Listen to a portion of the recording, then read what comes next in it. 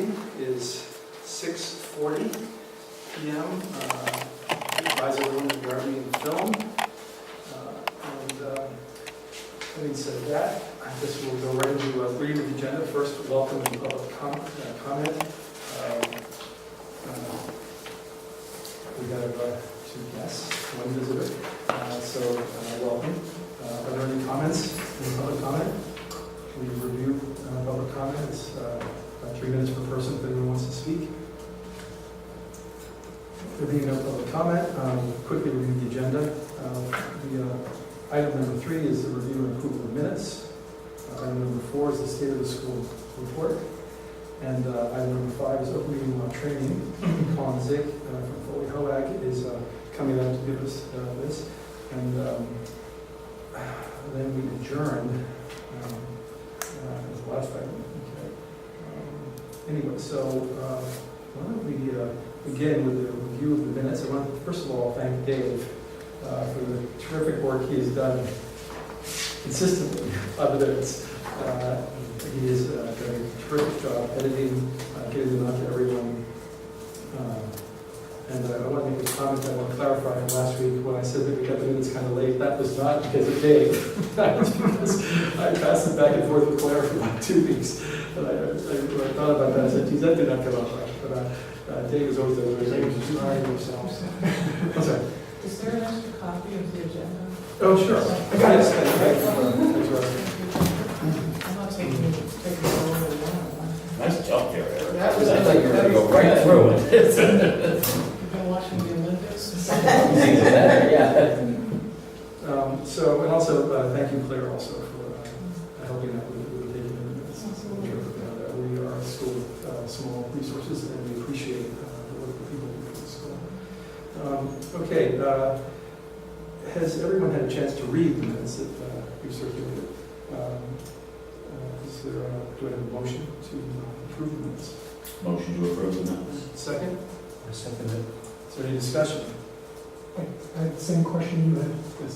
about the last page. Oh, Was that just a reference to a previous meeting, or It's just a template as you leave. Oh, okay. That was the only It's thing. actually fixed already. Okay. a reference that Aaron's making is that in Dave's last copy that went out, there was a header from a prior meeting that was on there, and it was just a formatting carryover from another copy. Okay. So that was not required to be changed. Yes, sir. So in terms of an order, in terms of our discussion, do we, and this is for my own edification, do we approve the minutes with the understanding that the last page is not going to Will be be included in the correct. minutes? Yeah. Or will be omitted or deleted, or how does that work? Yeah, it was errata, as they say, it was should not have been included, so we can approve it subject to that. The header will be deleted, so the motion was to approve the minutes on July 28th as amended. Okay. So that's the motion now. Okay, so do we have a second for that motion? Second. Any discussion on that? Can we vote on that motion, please? All in favor? Aye. Let the record show that was a unanimous vote by the board. Please, Claire. Okay. And then do we have to go back and then approve the first motion? Could we have a discussion with discussion? The same? Okay, thanks, Dave. Okay, good. We'll go through that now. Item number 4, state of the school report. I think Executive Director will provide an update on the preparations for the start of the new school year. The report will include updates on the annual report, enrollment, facilities, preparation, special events, picnic and stage for the park tomorrow night, and we want to the website hiring orientation plan. Tony, you want to just So I did, through the chair and with the board's permission, I want to just rearrange the order in which we do those because Suze Reynolds, our director for students, family, and community, is got to go back to be with her family. So I actually want to start with orientation and planning with Suze leading off in terms of the 8th grade orientation at Project Adventure and other things that are planned. I'm going to move over shortly to the computer and LCD projector to put a couple of things up for her. But I want to begin by this is the first meeting that we've had Beth Belfort as Director of Education attending, and Suze Reynolds as Director of Students, Family, and Community, which was one of the original administrators called for in charter. And I'm going to ask them both to introduce, each of them to introduce themselves. But before they do that, I just want to say that to have two really outstanding educators in the school has already been a sea change for me. Their passion for arts integrated education, for experiential education, for an education that is not just about results in the short run, but actually about students becoming learners for life. It's really just been an incredible few weeks for me, and so different. And I just couldn't be happier to have them both in the building. We've had some incredible conversations about education philosophically, about dreams for what we would do in the future, and really, as you're going to see shortly, in terms of the orientation for students, for parents, for our staff particularly, incredibly comprehensive orientation that Beth has put together for the start of the year. And so what I'd actually like to do is ask Beth to say a few words about herself. And it can be brief, but really outstanding work on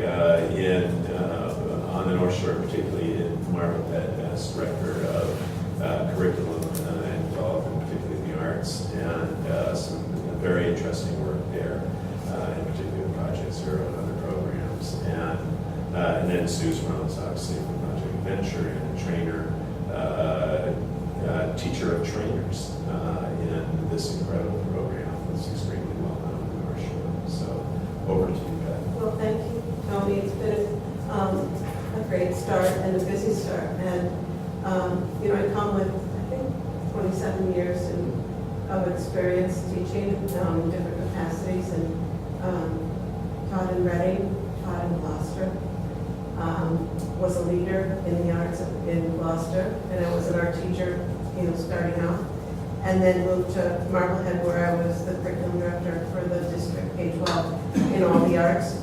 And then really developed, had the opportunity to really develop myself as a professional development developer for teachers, where I did work with a lot of people from Project Zero at Harvard to collaborate with me and the administration to build professional development around what it means to really build a creative classroom, no matter what you teach. And I think all of that has prepared me to be a leader here and be the principal or the director of education. And other than that, I hold a master's in arts education, a bachelor's in studio work, and I'm working on my doctorate at Leslie in educational leadership right now. And I'm married, have two wonderful children that are in the arts and education, so I've done a good job. And a great golden retriever. That's me. Thank you. Welcome aboard.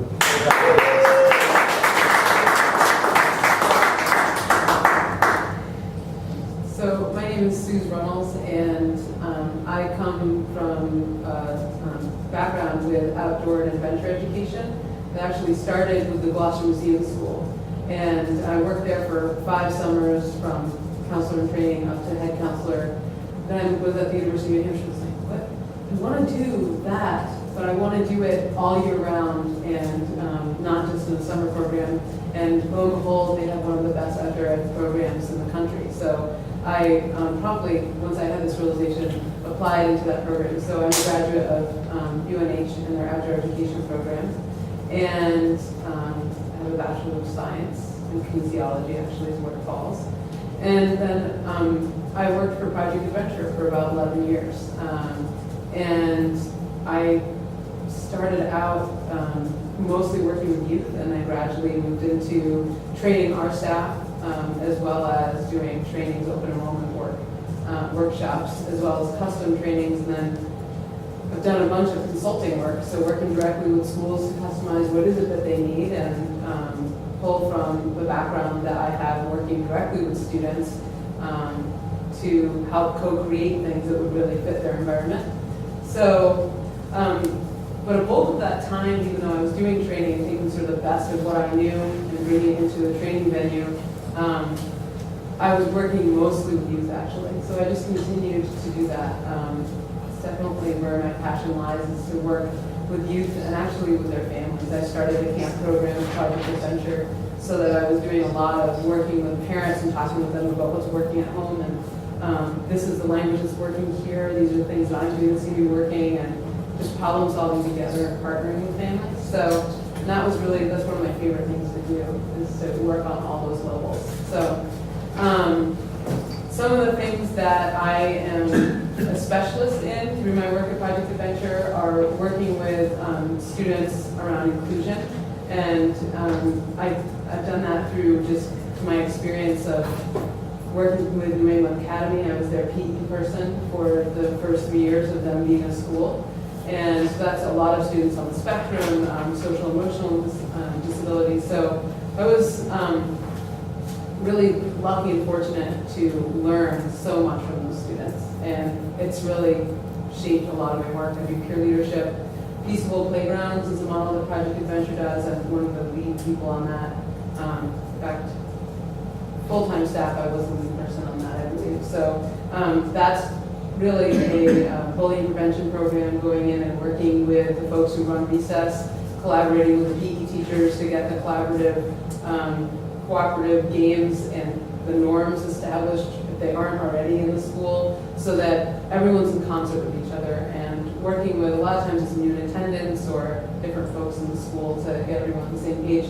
But then working with, say, 4th or 5th graders and training them in some of the activities, and supporting the teachers to help train and coach the students to then lead activities with the younger students, so K through 2.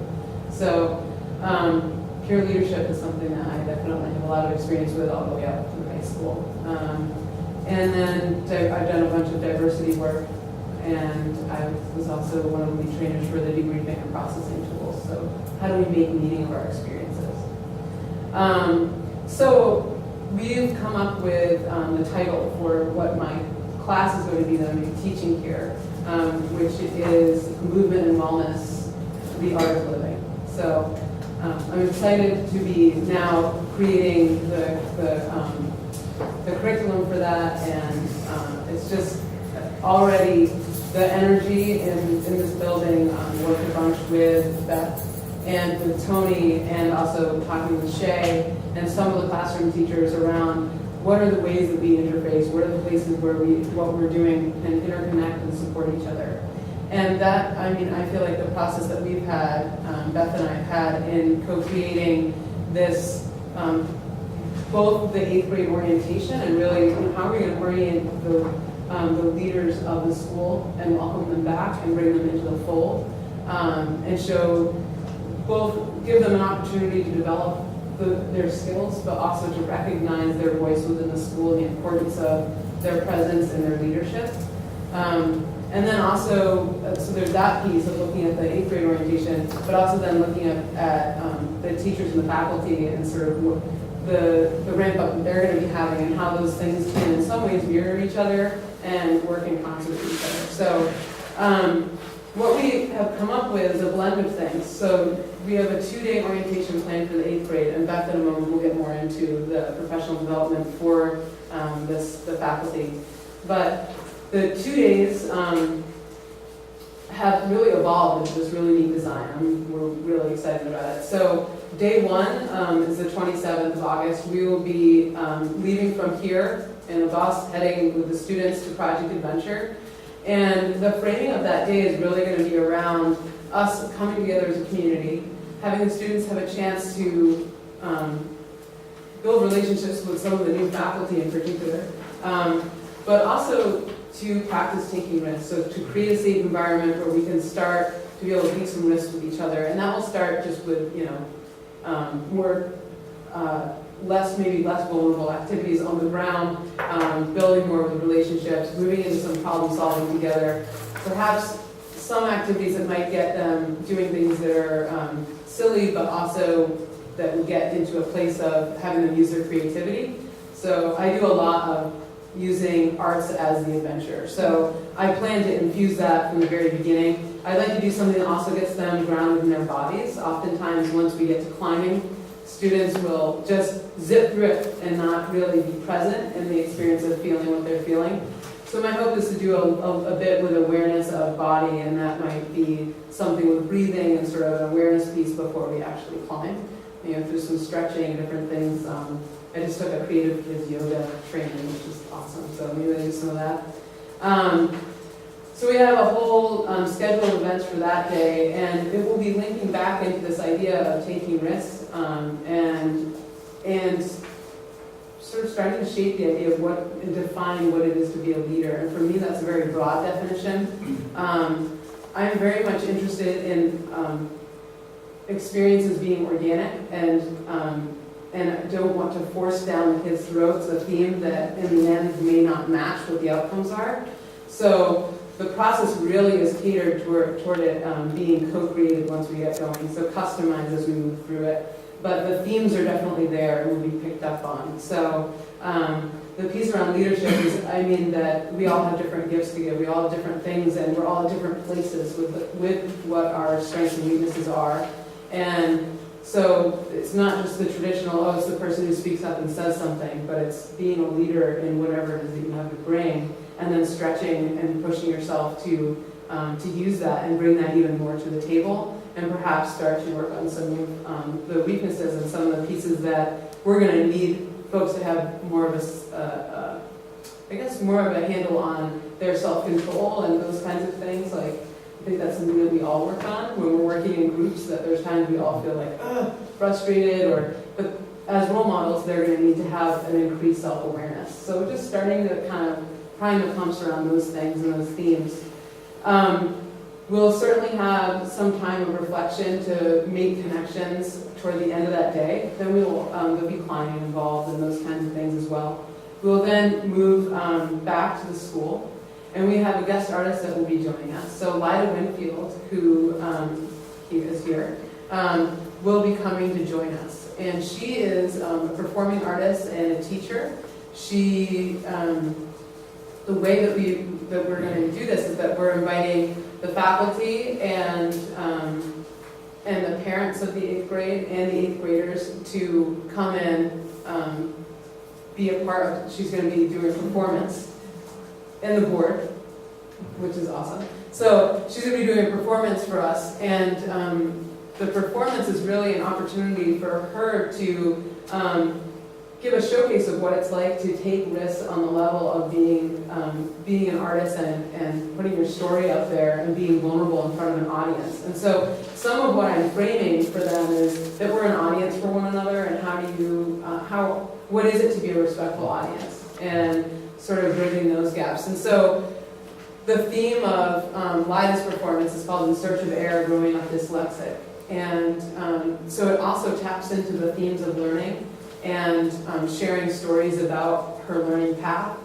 And while there is humor within it, it also gets into some intense pieces around her struggle with education, with being dyslexic, and what that was like. And she does that through storytelling and movement. And so there's a Q&A afterwards, so that everyone who's there will be able to ask questions and hear more about her process. And then the students, all of us, will go home. And in the morning, the faculty will have a workshop with Lida and just to let you all know, on the 22nd, our faculty is going to Project Adventure. So in some ways, our experiences will mirror each other. So this will be sort of an additional place for the faculty to then be in a space to be able to take some risks around creativity and being involved in integrating the arts and exploring their stories around learning, and what it feels like to be in your body and be doing some of these things, being a participant and being the one who is a learner, so that when we are asking students to take these risks, they've done it as well. And so it's this whole piece around role modeling, right? So the faculty being in a place of role modeling and going through these experiences, and then the 8th graders being role models for the rest of the school, and in some ways being role models for each other. Because I think sometimes we have so much to learn from the students around a level of openness that sometimes I think adults struggle with around some of the integrated arts pieces in particular, and that type of risk-taking. So, the faculty will take part in an hour-and-a-half workshop with LIDA, and, no, just so, yeah, I think it'll just be with the adults. So, there was a lot of going back and forth. Our process involved really checking with each other, and what Beth was mentioning is that initially we thought, well, maybe we'll have the students and the faculty do this performance, like do this workshop together. And our feeling was like, that might probably would be too much of a stretch for the adults to be able to relax and have like a genuine experience around really being a participant and really taking a risk and having maybe an experience of depth there. So and that was something too that we brought to Lida, and her input was really great because she does this work, obviously. So, so basically, the faculty will be going through that workshop, and it'll culminate in them doing sort of small showcases or little performances for each other, and but in a very sort of informal atmosphere. But it'll be sort of practicing doing that, and then after their workshop is through, there'll be a small break, and then the students are going to come back, and they're going to be here from 10:30 and working with us through the day. So the beginning work before lunch will probably be sort of just warming up to being in their bodies and doing some stuff that's sort of playful and getting engaged. And then the afternoon we'll look at more focused work, and because it's going to be culminating in a showcase where, again, the parents and the board and the faculty will be invited to have them showcase a work in progress, whatever that is. And I think that the exciting thing, I just had a conversation again with Lydia yesterday, and we were talking about the language that we might use. And some of the language that we were talking about is to have them think mindfully, and once we get to that point of like that we're going to be creating something to showcase, is to have them think about that they're going to be having the stage where they're going to be able to share something that is meaningful and important to them as a way, like this opportunity to communicate with your learning community around something that you want to convey. And so we're going to talk even more about shaping that, but just loosely, in some ways there'll be enough space for the students to be able to make it genuine and real for them. And I think we'll really balance it with enough structure so that it doesn't, if we don't offer the structure that's appropriate, it can send some students into more of like a panicky or getting too silly kind of situation. So we're prepared to sort of customize that as we go, but that kind of gives a sense for what we're going to be doing. And I'm really Culminating excited. to the performance. Right, and then there'll be the showcase piece, and I believe also I put in there just a question and answer piece around what the students' process was and what was that like, and it could even be also around what was the day before, a bit of a reflection in the whole process from when they came to Project Adventure all the way to the work that they just showcased, and sort of how do those things connect? I mean, we'll see what comes up for them, but I'm really excited about it, and I feel like the process behind the schedule that we've come up with is one that I feel really good about role modeling as well for the students in terms of how we've collaborated to create what we've created. So it's been a pleasure to be here this week. It's been about, I think it's exactly a week today. So. Looking forward to that. Yeah, and we will send out the agenda and the schedule, the packet that we're sending for the families. We will also send to you so that you get some more information.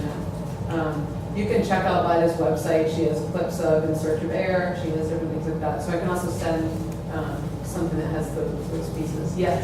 Well, I was business partners with Lida for 2 years in the theater, and she really invented a whole way of storytelling using dance and theater, and it's very interesting. It's also excellent for kids Yeah. because they can do it too and escape some of those conventions and keep them from telling the truth, as Lida, of course, does. Yes. Sometimes a little Too true.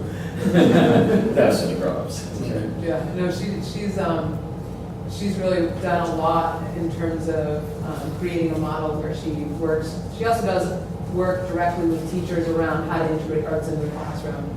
So I really, my hope was that this would be starting a relationship with her to potentially collaborate in the future, but this would be sort of getting in, like just starting on the ground level of experiencing it ourselves, so that we have some fodder to talk more with the faculty around how to integrate movement and those pieces into the classroom and cover content.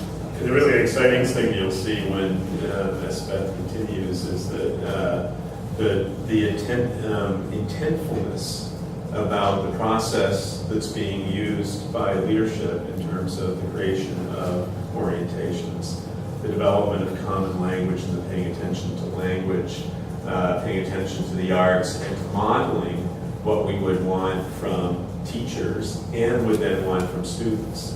And so that you don't ask students to do something you're not willing to do yourself. So you have to be willing to get out there and risk yourself and try a different way of communicating. And that you'll see that in the theme throughout all elements of what you're going to hear tonight from Susan. Thank you for that. Rob? So, Susan, I was really encouraged by what you just were talking about, and the theme about risk-taking and about setting the stage for the 8th grade as being leaders in the school, and doing that before school starts. I think that's so important.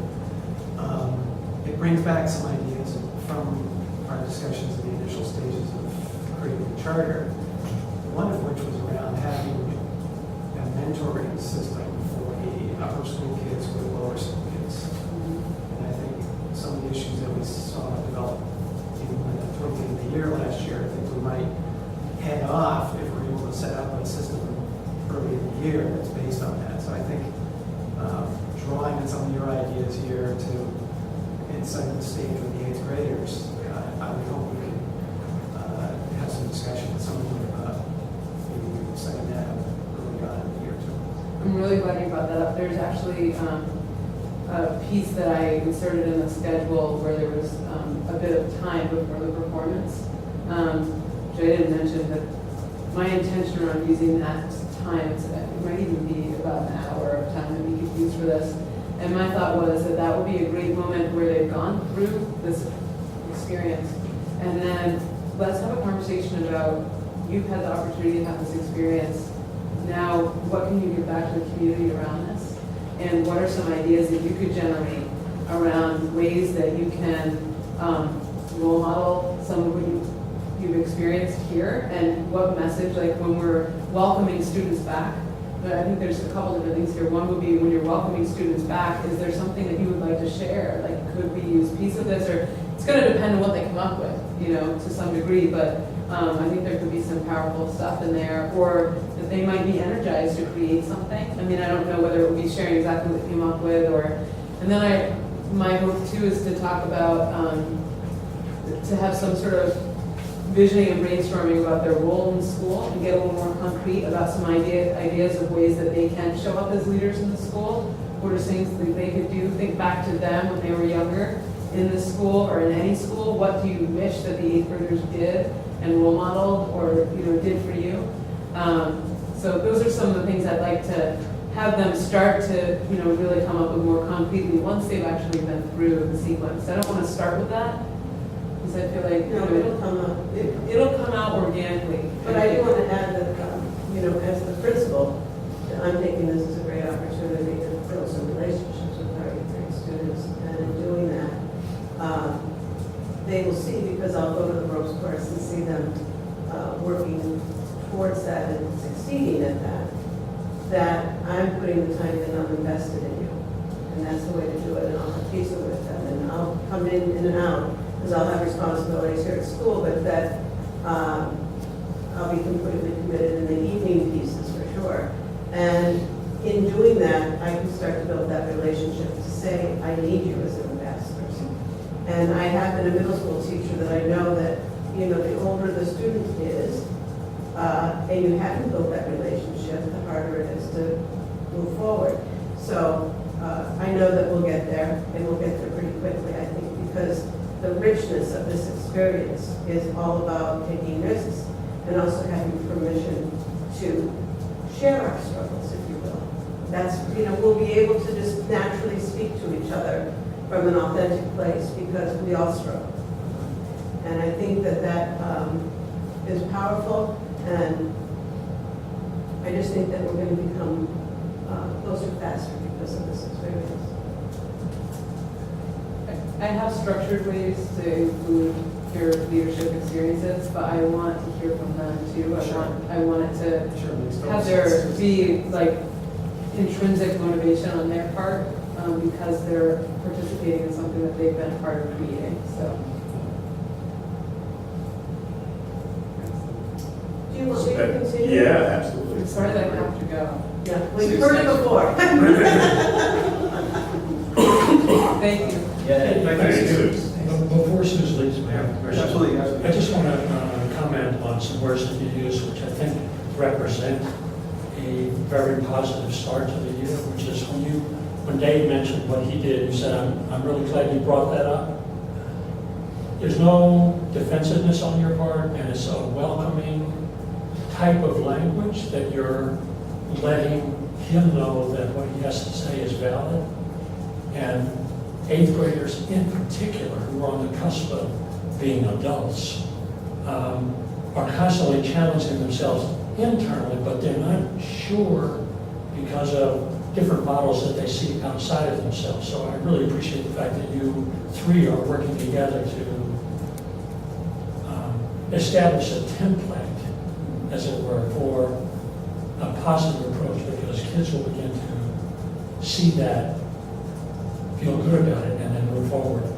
So you get to listen to them, and then they will begin to listen to you. It's just very promising. So thank you very much for injecting that into your brief stay at this school already. I think the whole board is really excited about the many layers of presentation that you're talking about. These days, I think you express so many aspects of collaboration, risk-taking, parts integration. There's just so much in what you talk about, the richness of the experience, especially risk-taking. It's so important. So this is terrific to hear this, and we all look forward to watching this happen and hopefully participating as well. So thanks very much. Yeah.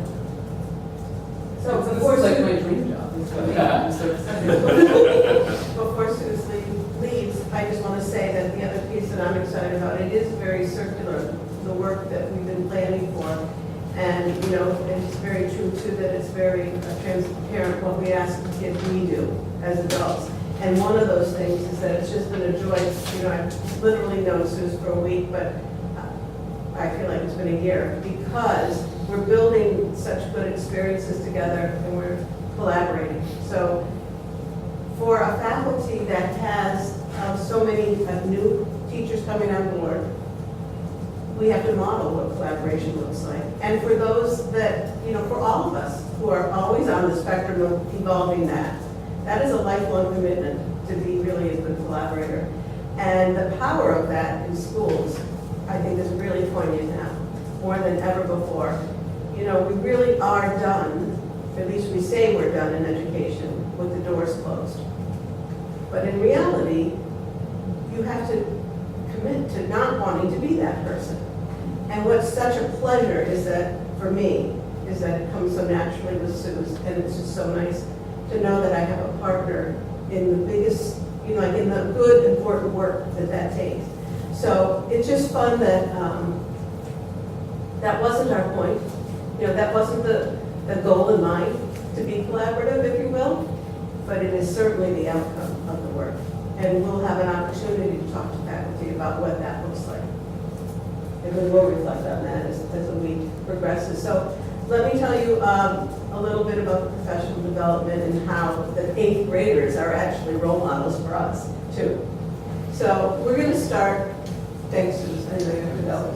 I wish I could stay, I bet you could too. but, Thank you. Relax. Thank you. So we're starting on the 20th, which is a volunteer day to allow teachers to come in and get their rooms ready, which we've already had many faculty here doing just that. So that's why we can leave it as a volunteer day. If they really need to use it, they can come in and take care of whatever business they need to do.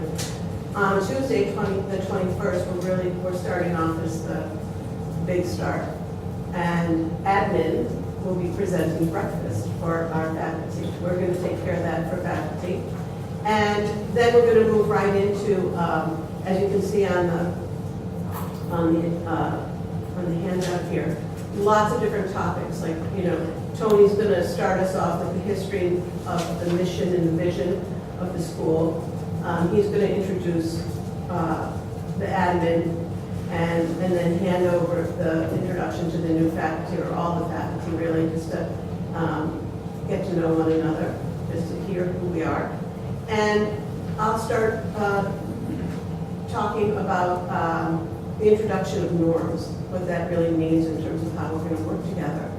And then we're going to do, I have a background in facilitation. I care a lot about facilitation and different protocols and what we call thinking routines now in the classroom. And so we'll have many more times later in the year to talk about that. But for now, I just want to get people up and getting their, give them an experience, and then we'll talk about it another time about, so how did that feel? And we're going to do a micro-lab protocol and a chalk talk protocol. And I'll just say that some of these protocols I think are so helpful because they focus our attention on what we really want to talk about. And they do restrict conversation in some ways, but in a positive way, because you need to stay on task. And it activates your thinking immediately. In some ways, for example, the microlab, maybe we can have a night where we can bring parents in, we can do different protocols together, but they're very democratic. Nobody gets more time than the next person. So there are lots of reasons why you do these kinds of protocols, not only for adults, but definitely for children too, especially if you're going to grow children that are really thinkers. And again, we go back to collaborative people. How do you maneuver that in the classroom? So that's a whole big conversation. But for now, know that we're literally going to take the getting to know one another, and the question we'll pose to everybody is why the Gloucester Community Arts Charter School for you? What's your draw to the school? And we're going to have that sharing in groups of 3. So you get to know what philosophy people bring to that answer. Then the gathering information from faculty really is a list of like 10 different questions and on chart paper on the wall. And they have to go and have a silent conversation by putting their answers up on the wall. And that's a great way for me to really build assessment, if you will, just by seeing what everyone says. And then we have our chance, I'll put them in small groups where they analyze what they say. What are the big things that you've heard? So it's a wonderful way to gather a lot of information and that everyone feels they've had a say, and that we get the pointed topics out on the table. And then that even will help me to build meetings, or maybe see what's missing from the conversation. I can really figure some of that information out just by getting everyone involved. Then we have a big thing on nuts and bolts, and we work our way through. In the afternoon, we're going to have a trainer come to help us with technology through all of those items that I say. Some of the new things, as well as, like I mentioned, that there's so many new teachers, everyone needs to be able to utilize technology. Then Wednesday is our day to be risk takers and also team members and go to the project adventure together and have our experience as adults. Thursday and Friday that week, we are starting we're starting our 2 days of a 5-day class called Responsive Classroom 1. And that goes back to, as Tony mentioned, the big things are building common language, common expectations. Responsive classroom, in some ways, really is around how do you build your classroom with structures that, similar to like morning meeting, how do you do that? But it really goes into then how do you organize your classroom in terms of learning. So it crosses over culturally how is the culture of your classroom working, as well as the curriculum and how does that get delivered. And so we're going to learn together as a whole faculty. Everyone will have taken the class. The other 3 days will come later in the year, one day for each month in the fall. And again, that's going to help us to build that common language and that culture that we're really after. Then Sue's already explained all the wonderful things for the following 2 days in the next week, Monday and Tuesday.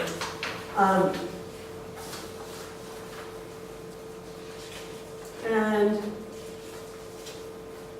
I think she covered most everything. Just to know that our audience on the first night with Lyda's performance will also be invited to come back on the second night to see the student performance. And we'd love to see you there. Then Wednesday and Thursday of that second week, Wednesday you can see it's really a full day again, all faculty meeting, where we start the day reflecting on all of those experiences, because we will have gone to 3 days of training off-site really, right?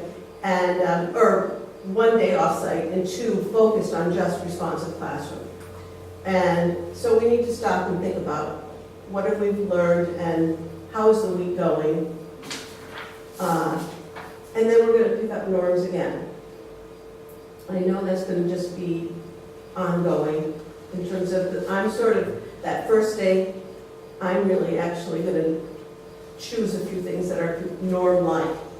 And now it's going to be time for them to say, so now what do we want?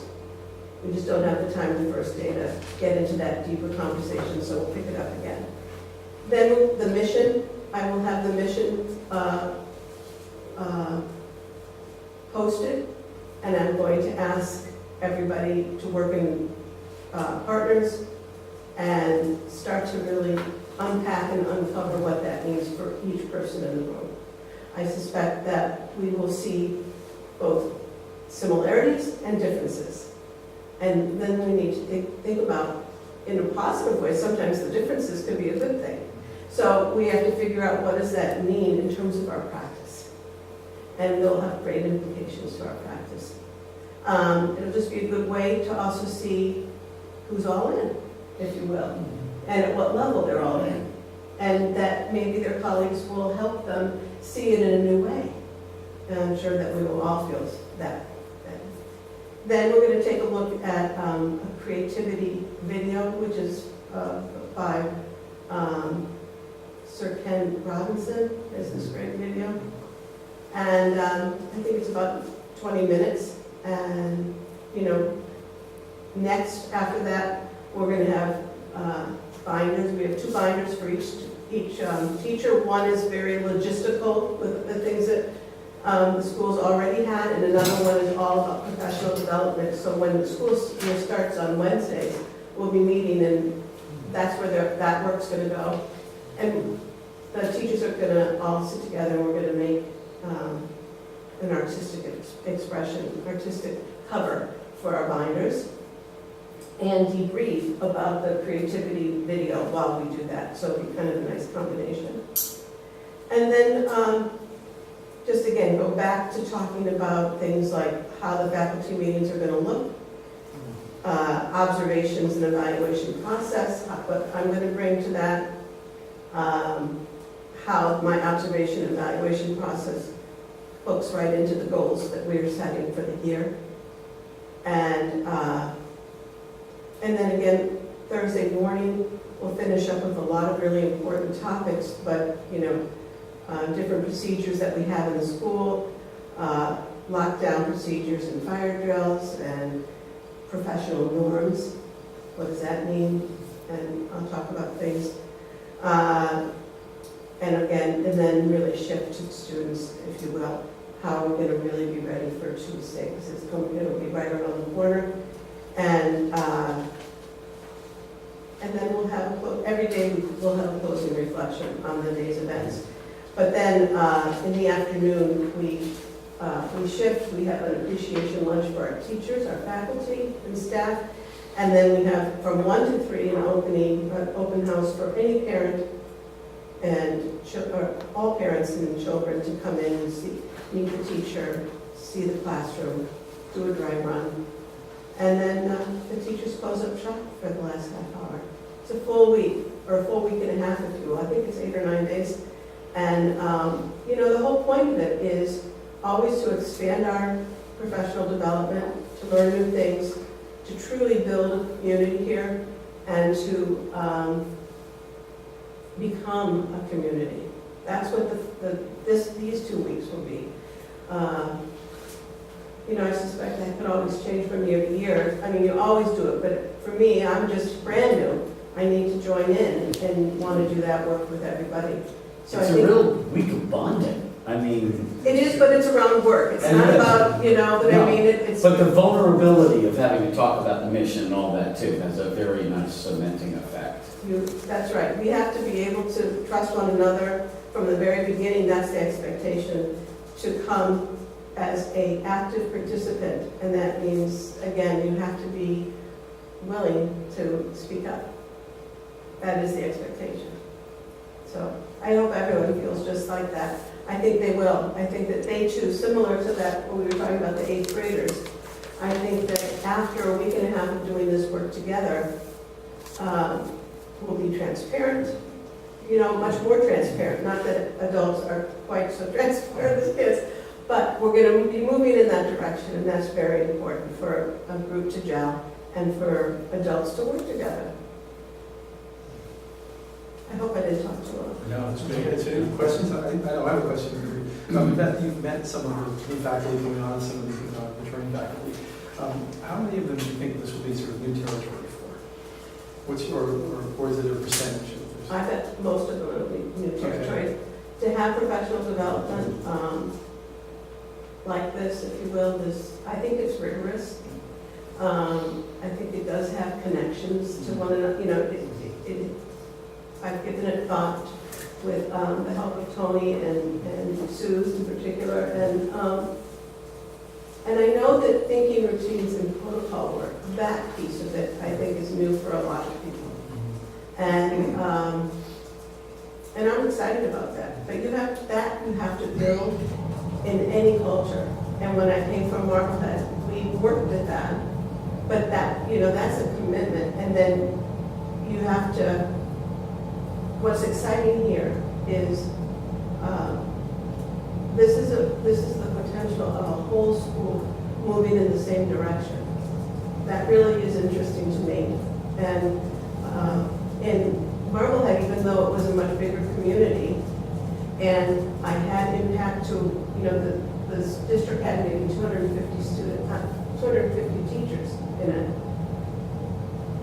I had worked consistently with about 150. So when you work with that many people, there's still a lot that weren't on board, if you will, but I'm excited to think of a child that goes through a school that has that common experience every year, to be able to be a great communicator, because people will listen year after year to them. I think that has a great impact. To say one more question. So, given that this will be new territory, how do you reinforce this in the course of the year? This is a very, very robust schedule for 8, 9, or 10 days. What's the follow-up over the course of the year? What do you envision as being the recharge of all this information and all this learning? How does that happen on a regular basis in school culture? Well, I think it does. It works when you do it together with people, that people have buy-in from the very beginning, but they also understand the importance of it. It's not just to throw it in, it's to create practice that reflects X, Y, and Z. So then that piece becomes, you really have to set a few goals in motion, and you have to stick to that. In some ways, it's not complicated to set it up. It's always complicated to stay to the point. And that's what I think, you don't kill people by saying you have 10 initiatives, you must do this. You must pick, you must assess what people can do and where they're at. And also it's differentiated instruction with adults. It's not really very different. But that's the goal of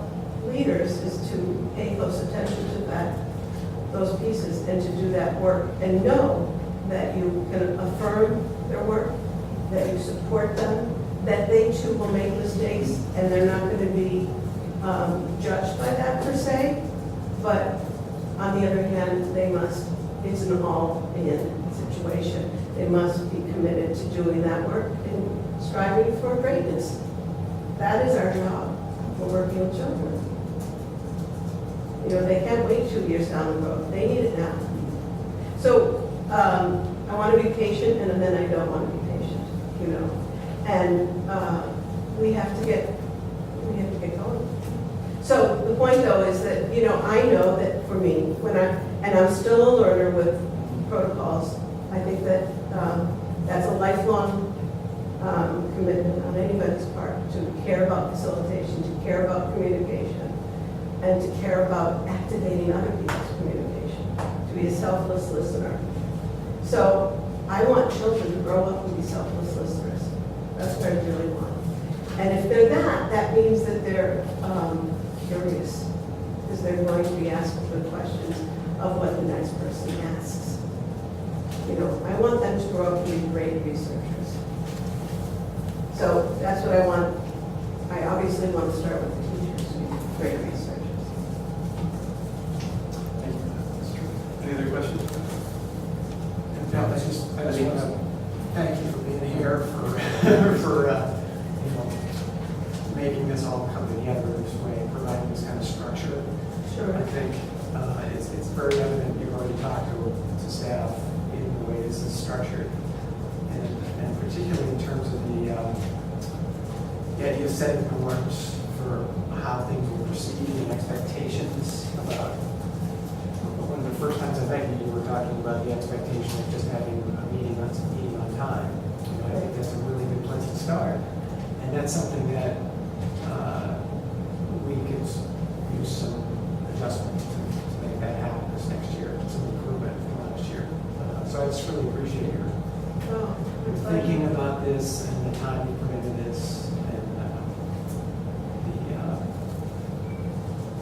thoughtfulness you've already put into responding to what you see as needs in the school.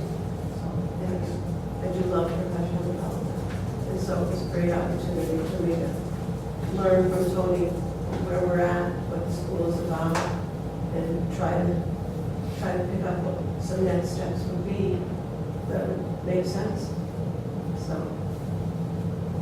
I love this plan when you were talking about it to me earlier. I thought it was a great idea. But it just seeing how nicely laid out it is, how thoughtfully done it is, just full of admiration. It just seems like it has the community building elements that we so need. It has the seriousness of the work, and it has the vision that we want to get to in some longer run, but all in a very, you know, practical and I think actually really fun and interesting I hope so. package.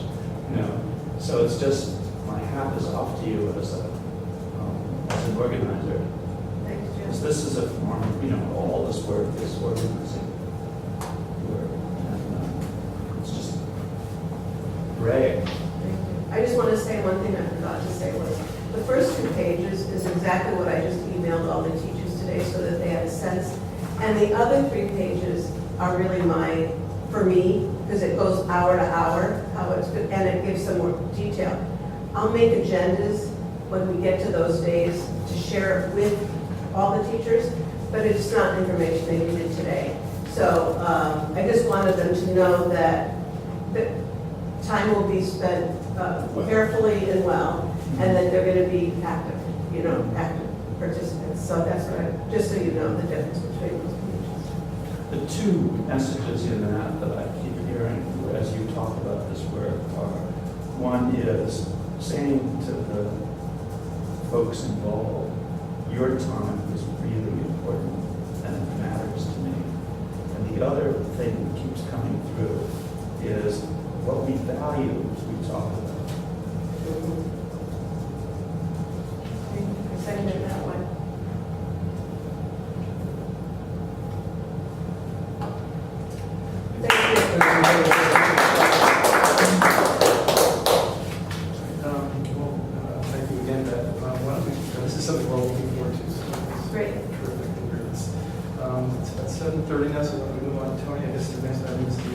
fiscal report. Yeah, so this will be brief. The annual report, when I asked James to put a couple of things on the agenda, was not to go into all the specifics of the annual report, but to speak more to the process of what the annual report is, when it goes in. There's been a lot of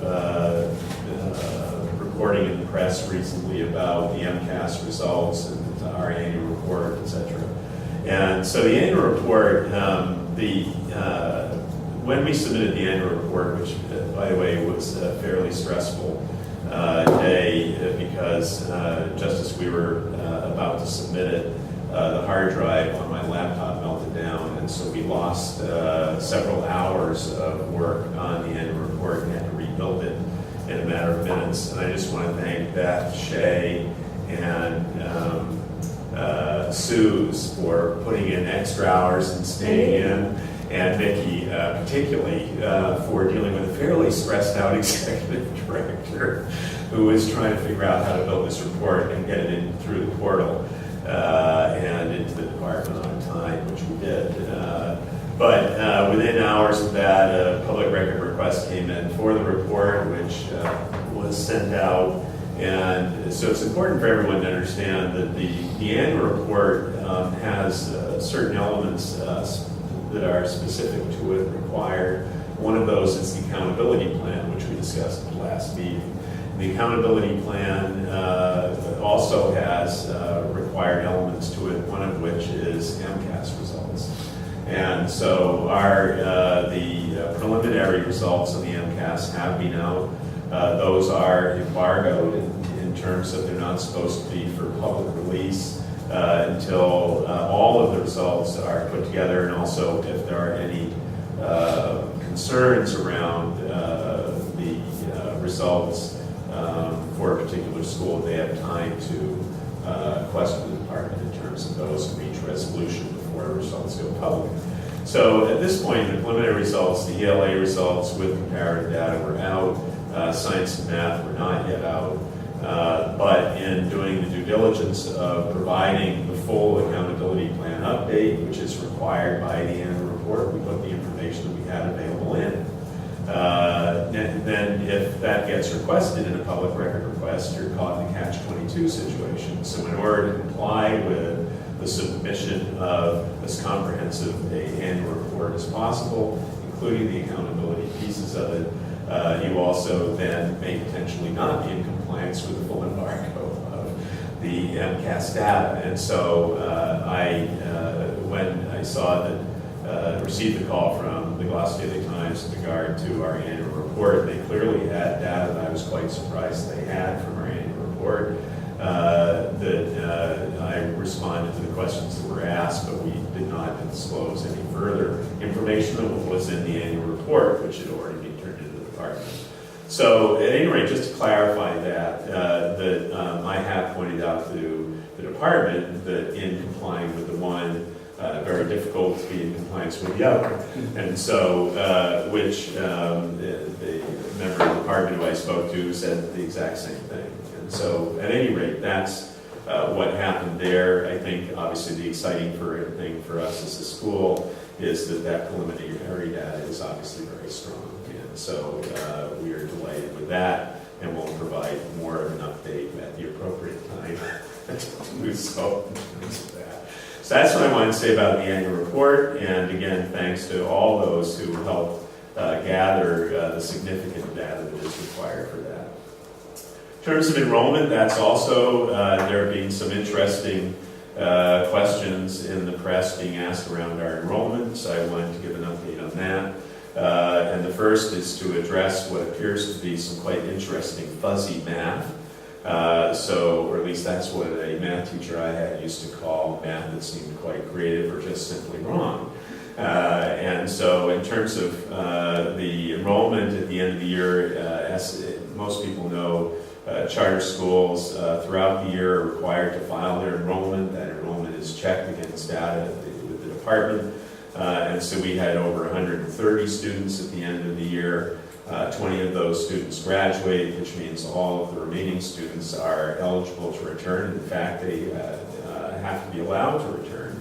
Well, that means automatically you have over 100 students returning in terms of just 130 plus. So 20 graduate, you've got 110 plus, obviously able to return. And so even if you had no students come through your lottery all year long and simply your returning students came back, you would have over 100 students. So the nonsense that has been in the paper indicating that we would somehow barely have 100 students for next year is an example of why they should come to charter to learn math. So in terms of the update, we currently have 33 students enrolled for K1, 25 for 2-3, 38 for 4-5, 48 for 6-7, and 23 for grade 8 in the enrollment report that Nikki produced for Beth and I just before she went on vacation for 2 days, which puts us at 160 students, 7 students all in for next year. We still have a number of students who, in terms of the way that we process it, are still in process in terms of getting materials in. The other thing the paper had in there was that with regard to whether the local schools had heard in terms of students being transferring to the charter, which comes through the record release forms. And I would note that one of the other principals of the Gloucester schools also indicated that this is a flex time in terms of enrollment, and everyone's trying to sort of get exactly the numbers that are coming through. Our enrollment forms are coming in regularly at this point through the mail, and so I'll be able to give you an update at our next meeting in terms of that.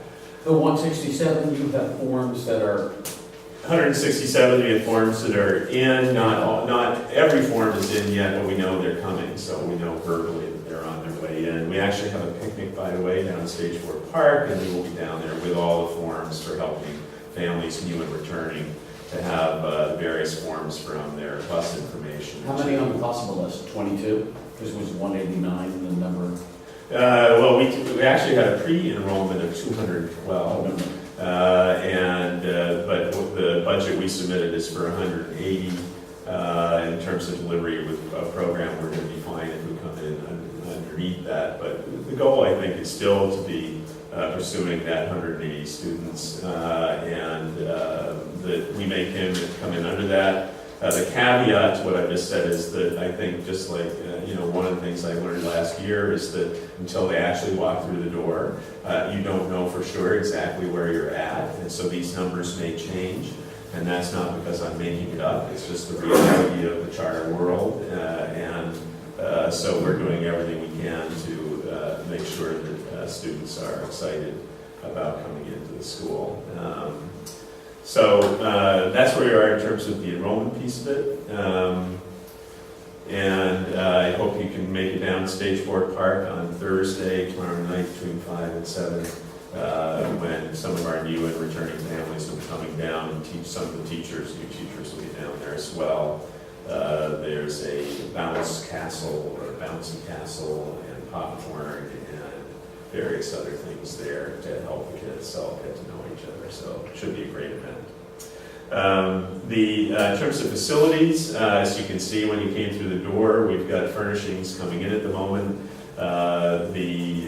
So some of the new tables and desks for offices have come in, and we have just placed our order for the kindergarten, first grade furnishings to get those in as well. But it's been very busy around here in terms of painting, the new phone system that is going in throughout the building, and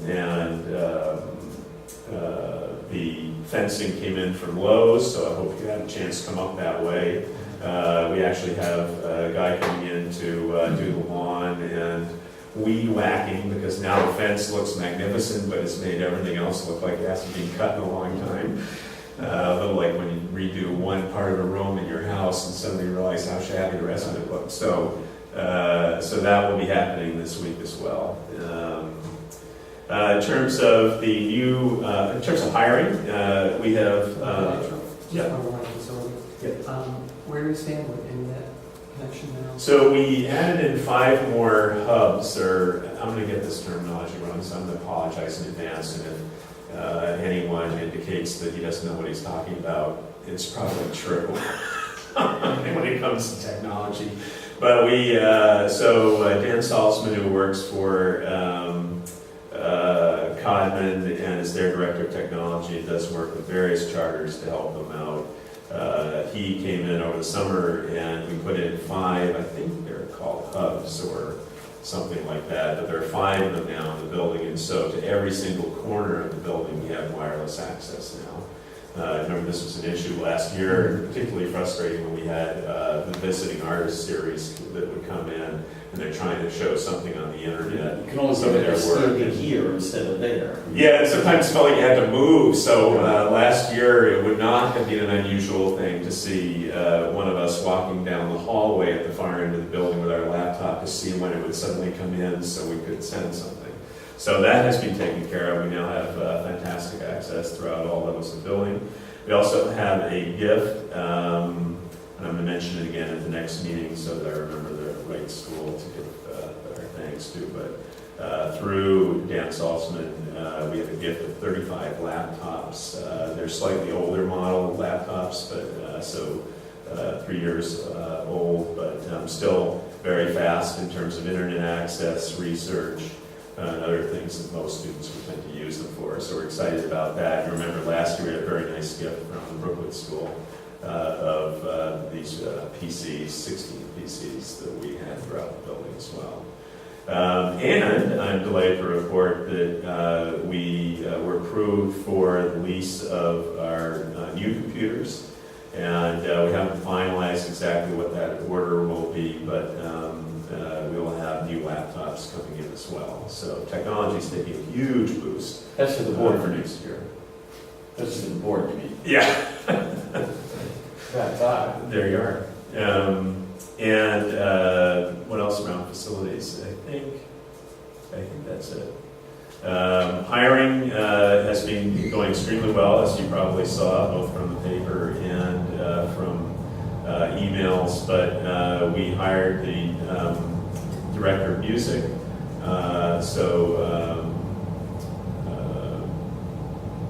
Jessica,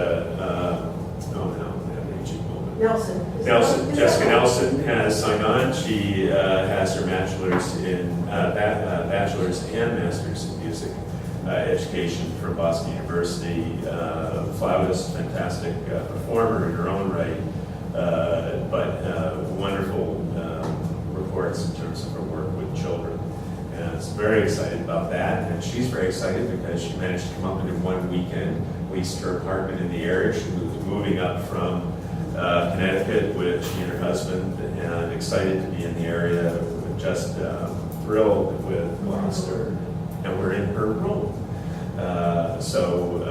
One of the things we're not going to be a school of 200 plus, and there are actually some benefits to that because we would have needed the expansion of the building to maintain a designated music room. But with the numbers for next year, we actually will continue to have a designated purpose music room for all students. So that's fantastic.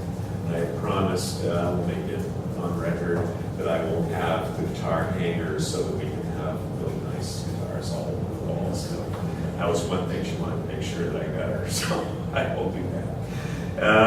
We are interviewing this week for the school nurse, and hope to have that wrapped up by the beginning of next week.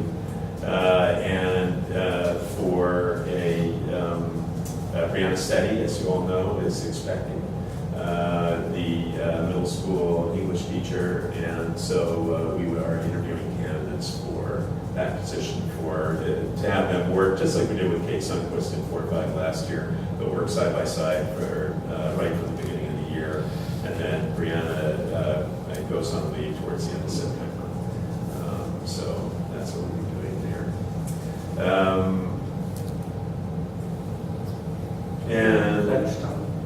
And special coach, we have a couple of people who we've talked to, and we have moved a little more slowly on that process for a bunch of different reasons.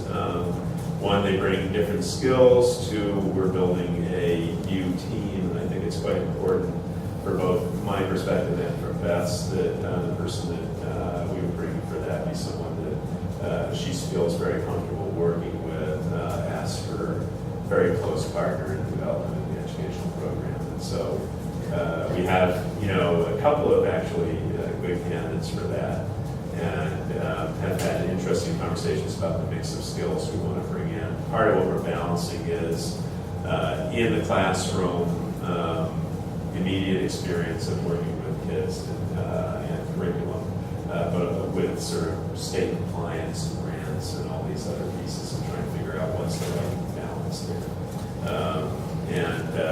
So, we'll continue to provide you with updates on that as we move along, but we're not going to rush in terms of that piece of it. And interesting, that's one of the things I just wanted a slight segue here, or digression, is that one of the things that's been really nice about working with Beth on these, in all of these conversations and work and developing the start of the school year has been both the collaborative nature of it and sort of directness and honesty around sometimes difficult conversations, because you're going like this all the time. And so if you remember, we talked a lot about ANET, data-driven changes to curriculum, and do you put the money there? And we went back and forth talking about all this stuff, and where it came down to in the end was to have an experience where we would all be learning, all putting ourselves in a place of developing language together right from the beginning of the year, and they're actually coming in not only at the beginning of the year responsive classroom, but also again later in the year for 2 more days, I think is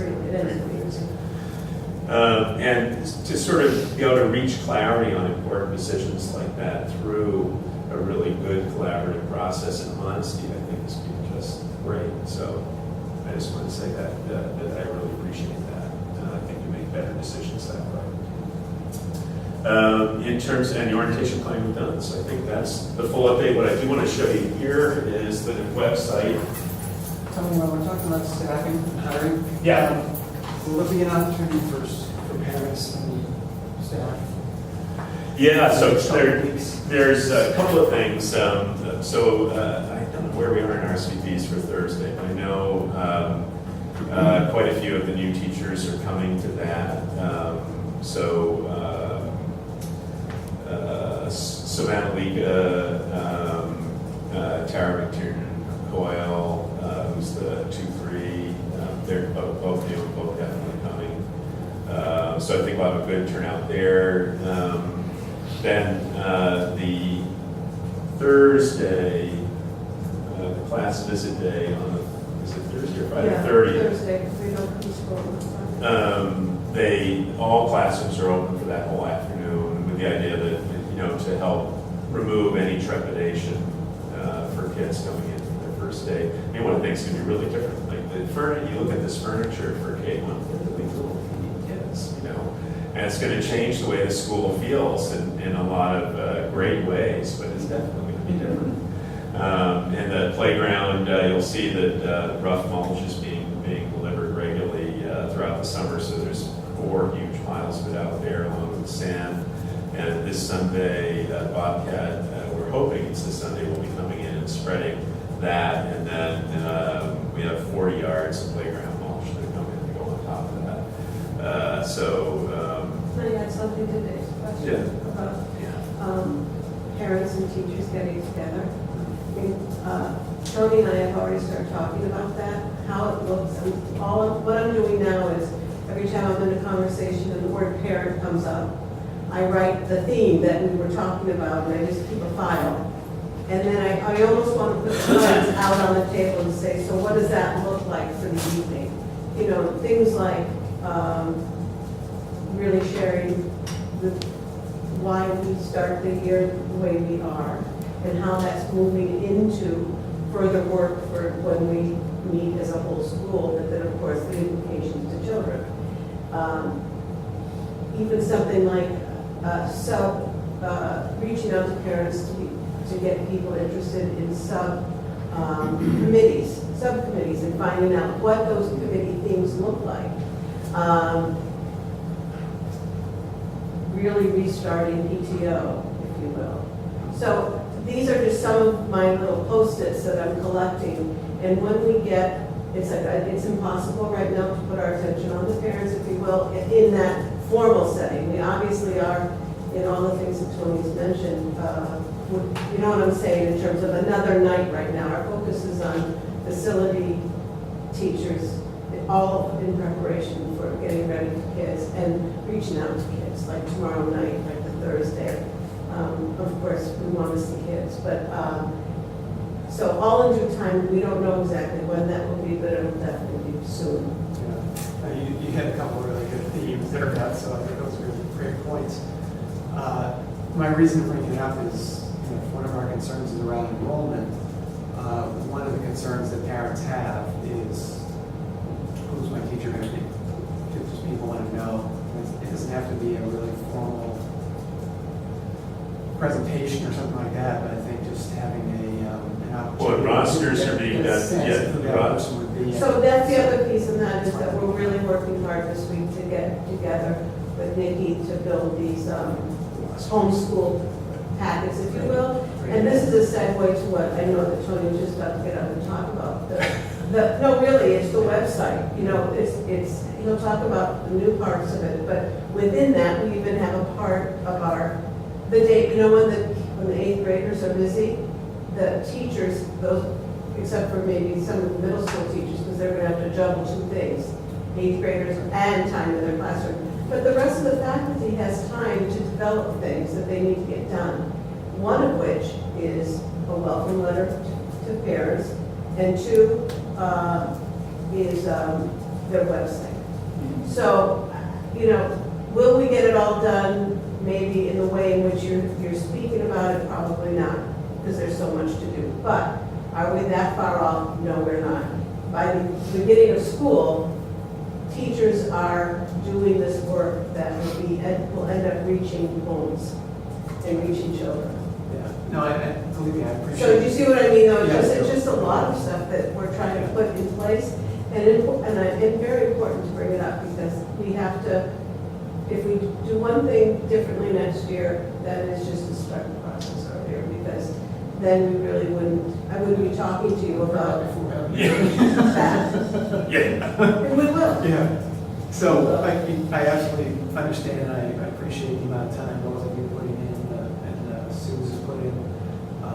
But I feel like it's my duty to bring in another perspective sometimes, and Oh, that's where absolutely. it's coming from.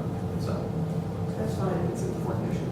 And to get the rosters out, I think obviously really quickly, and so parents at least do know who that individual is, I think will really. I think we're going out Friday. Yeah, so that'll be great. Even with emails, like, you know, when you get the rosters, just sort of some news over the summer about stuff that's happening and who the teacher is for that group. It just seems, I'm piggybacking on Dave's point, which is that, you know, there are serious and more long-term reasons to build all this that we're building. But the short-term reason is that we want people who are a little shaky about enrollment to feel as though the school is you know, catching wind in its sails and is really moving along. And I think to the extent that we can flash that to the, you know, even group by group, to once these rosters are up, as even with an email or little things, that's good, because, you know, there's been a lot of a barrage of bad publicity. Yeah, I don't think it has to be a slick. Just news. Well, that one email was, Yeah, just information is really important, and clearly there's a lot of really exciting stuff happening. It's just a matter of getting And it this out. is true. well, that one email Know about that. was very effective. Was there a second one? Second one on Remember which, you sent out that one which had quite a few number of items on there? Yes. Well, the The graduation. newsletter. oh, the newsletter did. Yeah, the news. Yeah, so The second one? the second one is here, and it needs to get finished, depending on when this meeting is Yeah. tonight. And then Mike McCullough is actually going to go through it with fine tooth comb just to make sure there are no hiccups in there. So this issue focuses on, obviously, introduction and welcome to Beth and some of the new staff. And we're also, we've worked out a special day, the specifics of it not quite worked out yet, but the Rosamond, which is that's misspelled by the way, but a huge square rigger is going to be coming in to take kids out sailing in the end of September, I think on the 30th.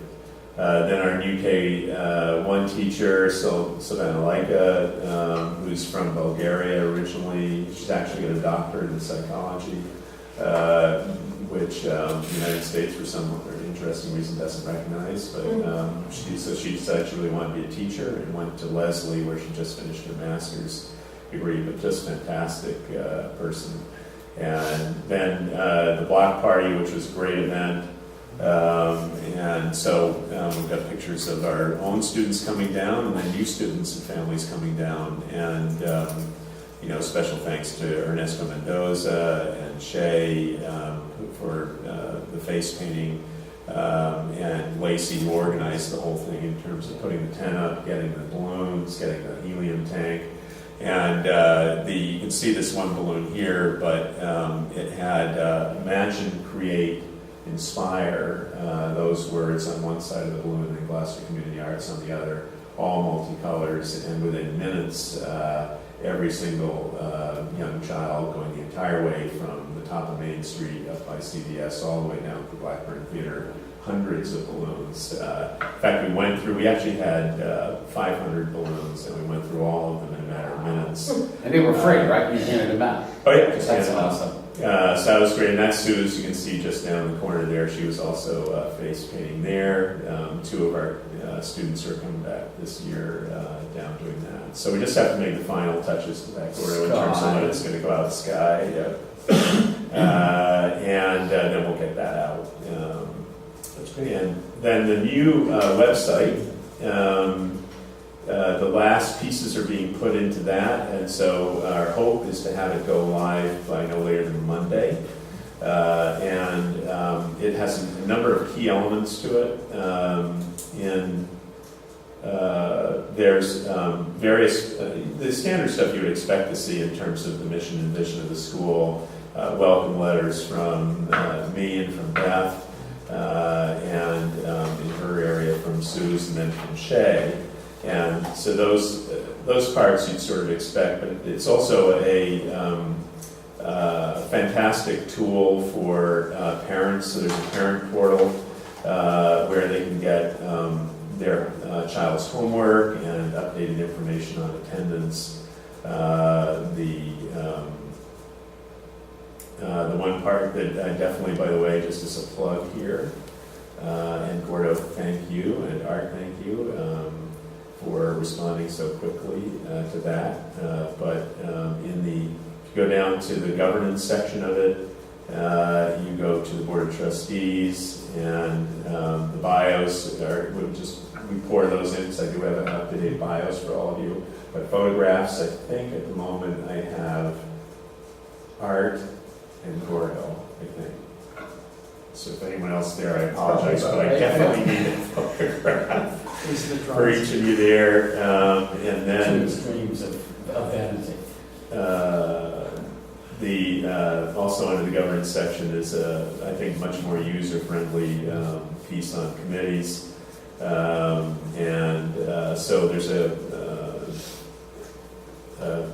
button for each of the different committees with a description of the committee, and then the actual minutes. So if you click on the board, you have the agendas for 2011-12, and they're all listed, but they're divided by year, so it makes it a little easier to use than what we currently have. And then you have the various minutes there as well that you can click into for that.